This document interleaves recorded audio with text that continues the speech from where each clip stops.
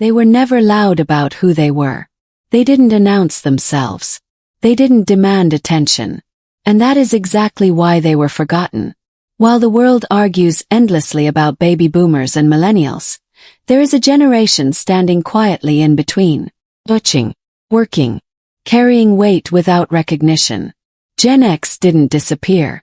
They were simply overlooked by culture, by media, and by history itself. But silence does not mean absence. And being overlooked does not mean being unimportant. To understand Gen X, you have to understand the world they grew up in. A world that was changing faster than anyone admitted. A world where stability was promised, but rarely delivered. A world where children were expected to grow up early, and quietly. Gen X grew up during a time when emotional awareness was not a priority. Parents were busy surviving. Divorce rates were climbing. Both parents were often working. Society believed independence was strength, and dependence was weakness. Children were given keys to empty houses and told, without words, to manage. There were no constant check-ins. No daily conversations about feelings. No reassurance that everything would be okay. Instead, there was silence, television, responsibility, and an unspoken rule: don't make things harder. So Gen X learned early that relying on others was risky. That asking for help might lead to disappointment. That strength meant handling things alone. This wasn't cruelty by intention. It was neglect by circumstance. But psychology doesn't care about intentions. Cares about impact. And the impact was profound. Gen X became emotionally self-reliant. Not because they wanted to be, but because they had to be. They learned to regulate themselves. To suppress visible distress. To move forward even when no one noticed. This created a generation that trusts itself more than systems, more than institutions, and often more than people. They don't expect rescue. They don't wait for permission. They prepare for failure before they hope for success. To outsiders, this can look like pessimism, or detachment, or cynicism. In reality, it's adaptation. Gen X watched institutions fail in real time. They saw governments lose credibility. They saw corporations downsize without remorse. They saw loyalty punished instead of rewarded. They learned that promises were fragile, and security was temporary. So they stopped believing in permanence. Jobs could vanish. Relationships could fracture. Systems could collapse. Nothing was guaranteed. And when you grow up understanding that, you don't build your identity around hope. You build it around competence. Gen X values capability over ideology. Skill over image. Substance over performance. They don't talk about resilience, they practice it. Emotionally, Gen X is deeply misunderstood. They are often described as cold, distant, or emotionally unavailable. But this misses the truth. Gen X feels deeply. They simply don't perform emotions publicly. They were raised in a time where emotional expression was not encouraged. Vulnerability wasn't praised. Sensitivity wasn't protected. So they learned to process internally. Pain was handled quietly. Fear was hidden behind sarcasm. Love was shown through consistency, not words.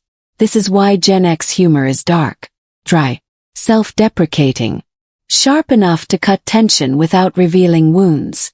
Humor wasn't entertainment. It was survival. Laughing was safer than explaining.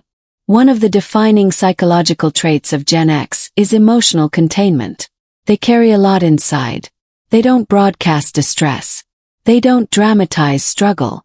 They absorb, adapt, and move forward. But there is a cost to this. When you learn to carry everything alone, you forget how to ask for help. When you never expect support, you stop seeking it. Over time, resilience turns into quiet exhaustion. Gen X doesn't talk much about burnout. They endure it. They don't announce breakdowns. They withdraw. They adapt. They keep functioning long after others would stop. This is why many Gen X struggles go unnoticed. Not because they don't exist, but because they are invisible. Another core feature of Gen X psychology is skepticism. They don't trust extremes. They don't like absolutes. They resist moral grandstanding and performative outrage. They've lived through too many cultural reversals. Too many narratives that claimed certainty and later collapsed. They learned early that truth is often temporary, and authority is often flawed. So they observe. They question. They hold back judgment. This doesn't mean they don't care. It means they think before they commit. Gen X doesn't follow trends easily. They don't align blindly. They don't need applause to validate their views. They are comfortable standing slightly apart. To louder generations, this looks like apathy. But it isn't. It's discernment. Gen X is also the bridge generation. They remember life before the internet, and adapted to life after it. They remember privacy, patience, boredom, and presence. And they learn to survive in a world of constant connectivity. Psychologically, this makes them uniquely flexible. They can function without technology. They can master it when necessary. They don't panic during change, they expect it. But being the bridge has a cost. Bridges are used, not celebrated. Gen X was never marketed as special. Never framed as saviors or villains. Never centered in cultural narratives. They were too young to be powerful, and too old to be pitied. So they carried responsibility quietly. Raising families.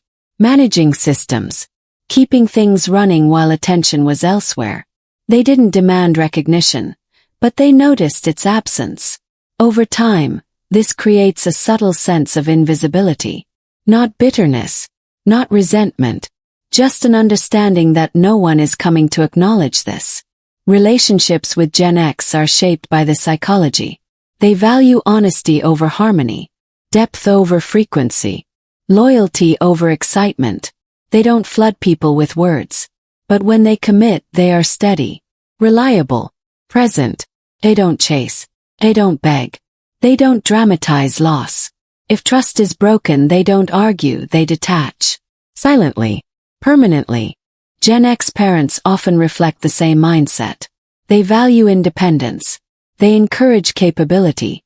Sometimes they give too much space, believing resilience matters more than comfort.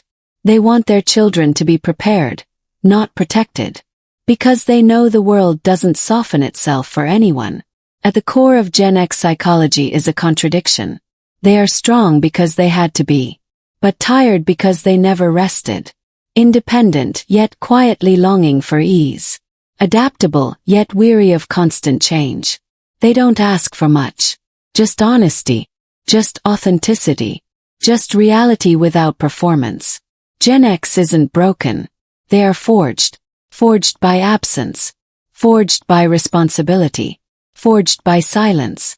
They didn't grow up believing the world owed them anything. And that belief shaped everything. So if you've ever felt unseen, if you learned early to depend on yourself, if you became strong without applause, stable without support, and capable without recognition, there is nothing wrong with you. You are not cold. You are not distant. You are not difficult. You are shaped by a generation that survived without noise. And that psychology deserves understanding. If this video put language to something you felt for years but never explained, then this channel is for you. This is a space for depth, not distraction. For clarity, not comfort. For truth, even when it's uncomfortable. Subscribe to this channel if you value real psychology over trends, insight over performance, and understanding over validation. New videos every week exploring the unseen forces shaping identity, behavior, and the human mind. Subscribe now. Because some generations weren't loud, but they were essential.